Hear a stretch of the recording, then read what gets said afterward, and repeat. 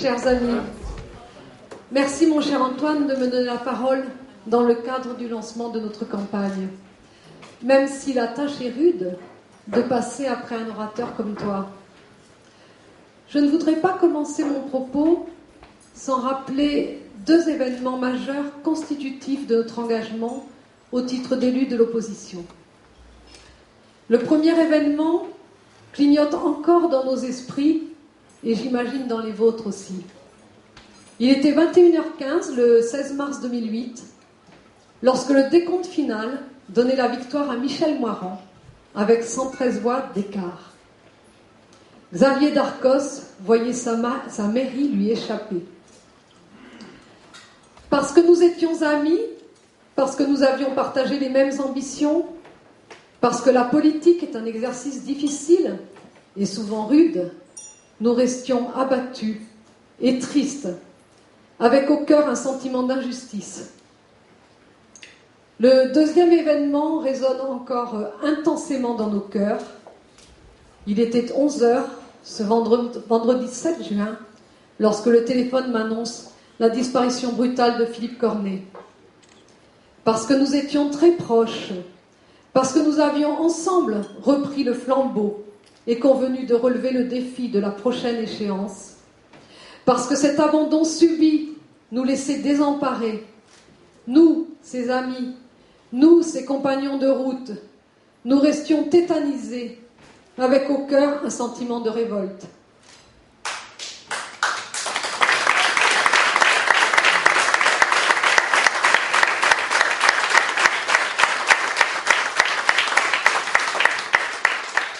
Voilà pourquoi je m'exprime devant vous aujourd'hui.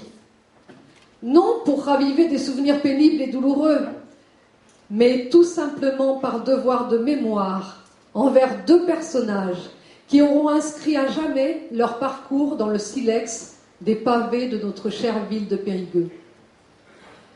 Mais aussi et surtout parce que l'un et l'autre, dans des dimensions différentes, avaient à cœur notre mieux vivre et notre bien-être. À ce rappel de l'histoire, je voudrais associer Marie-Hélène Boras, Sylvie Laurent Sauvage, Natacha Maillot, Nelly Perrodos et Christiane Ra, mes collègues élus au conseil municipal, où nous partageons le même combat, avec la même volonté et le même souci de donner un prolongement à l'action de Xavier et de Philippe.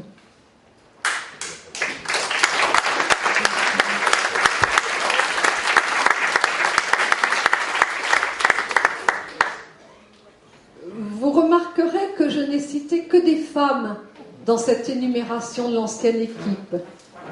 Je vous laisse le soin de chercher les hommes qui occupaient alors le haut de l'estrade et dont l'expression s'est résumée à ce moment-là à « courage Fillon ».